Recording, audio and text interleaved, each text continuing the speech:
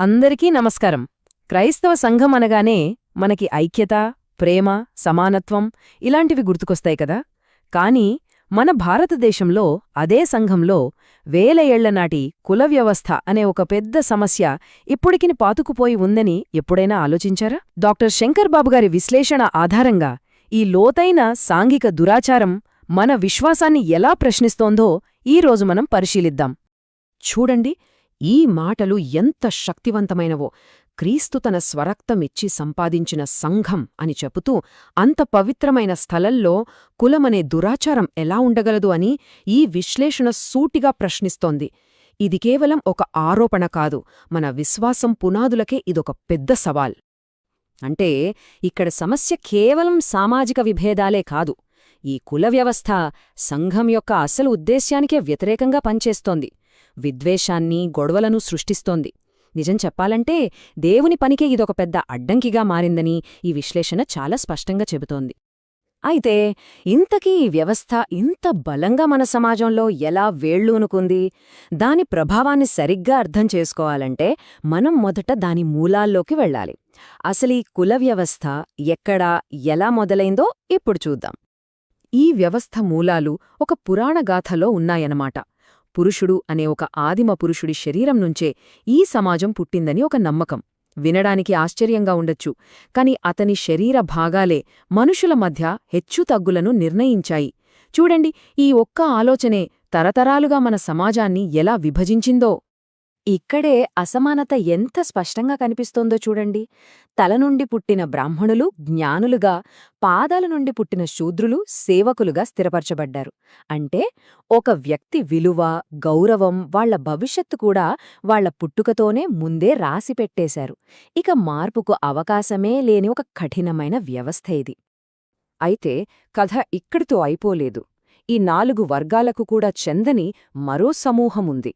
వాళ్లని ఈ వ్యవస్థ నుండి పూర్తిగా బయటకి నెట్టేసి, అంటరానివారుగా ముద్రవేసి సమాజంలో అత్యంత అట్టడుగు స్థాయికి నెట్టివేశారు. ఇది ఏదో పాతకాలపు కథ కాదు. వేల సంవత్సరాల క్రితం మొదలైన ఈ వ్యవస్థ నేటికి పరువు హత్యలు, సామాజిక బహిష్కరణల రూపంలో తన వినాశనకరమైన ప్రభావాన్ని చూపిస్తూనే ఉంది. కాలం మారింది, కాని దాని మూలాల్లోని వివక్ష మాత్రం ఇప్పటికీ పోలేదు. సరే, ఇది సమాజంలో ఉన్న వ్యవస్థ. మరి అందరూ సమానం అని చెప్పే క్రైస్తవ విశ్వాసానికి ఈ పుట్టుక ఆధారిత వివక్షకు ఏమైనా పొంతన ఉందా? అసలు బైబిల్ ఈ విషయంలో ఏం చెబుతోందో ఇప్పుడు చూద్దాం. బైబిలు బోధన దీనికి పూర్తిగా వ్యతిరేకం. పుట్టుక, కులం, వర్గం ఇవేవీ ముఖ్యం కాదు. ప్రతి ఒక్క మనిషి దేవుని స్వరూపంలో సృష్టించబడ్డాడని, అందుకే అందరూ సమానమేనని చాలా స్పష్టంగా చెప్తుంది. ఇక్కడ ఎక్కువ, తక్కువ అనే వాటికి అసలు తావే లేదు. ఇక్కడ మనం 2 పూర్తి భిన్నమైన ప్రపంచాలను చూస్తున్నాం. ఒకటి పిరమిడ్ లాంటి కుల వ్యవస్థ, ఇది మనుషులను పైకి, కిందికి విభజిస్తోంది. మరొకటి ఒక వృత్తం లాంటి దేవుని సంఘం, ఇది అందరినీ ఒక్కటిగా కలుపుతోంది. ఈ 2 ఒకే చోట కలిసి ఉండటం అసాధ్యం. అందుకే ఈ వచనం చాలా కీలకం. క్రీస్తులో ఉన్నప్పుడు సమాజం సృష్టించిన ఏ భేదానికి, అది కులం కావచ్చు, హోదా కావచ్చు, లింగం కావచ్చు, వాటికి ఎలాంటి విలువ లేదు. అవన్నీ చెరిగిపోయాయని బైబిల్ తేల్చి చెప్తుంది. అందరూ ఒకటే. ప్రజలను వేరుచేసే ప్రతి గోడను పడగొట్టడానికే క్రీస్తు శిలువపై బలి అయ్యారనే వాక్యం చెబుతోంది. ఆయన త్యాగం శత్రుత్వాన్ని ప్రేమతో జయించి మనందరినీ ఏకం చేయడానికి ఉద్దేశించబడింది. మరి ఇంత స్పష్టమైన బోధనలు ఉన్నప్పుడు సమస్య ఎక్కడొస్తుంది?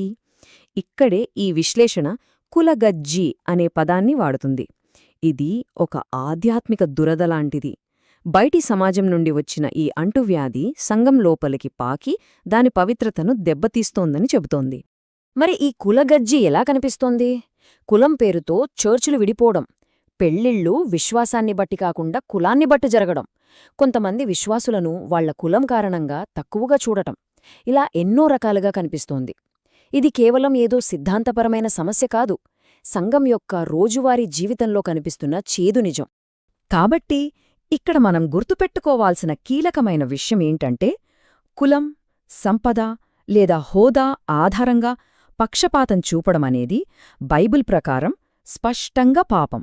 దేవునికి లేని భేదాలు, మనుషులకు ఉండకూడదని ఇది చాలా గట్టిగా చెబుతోంది.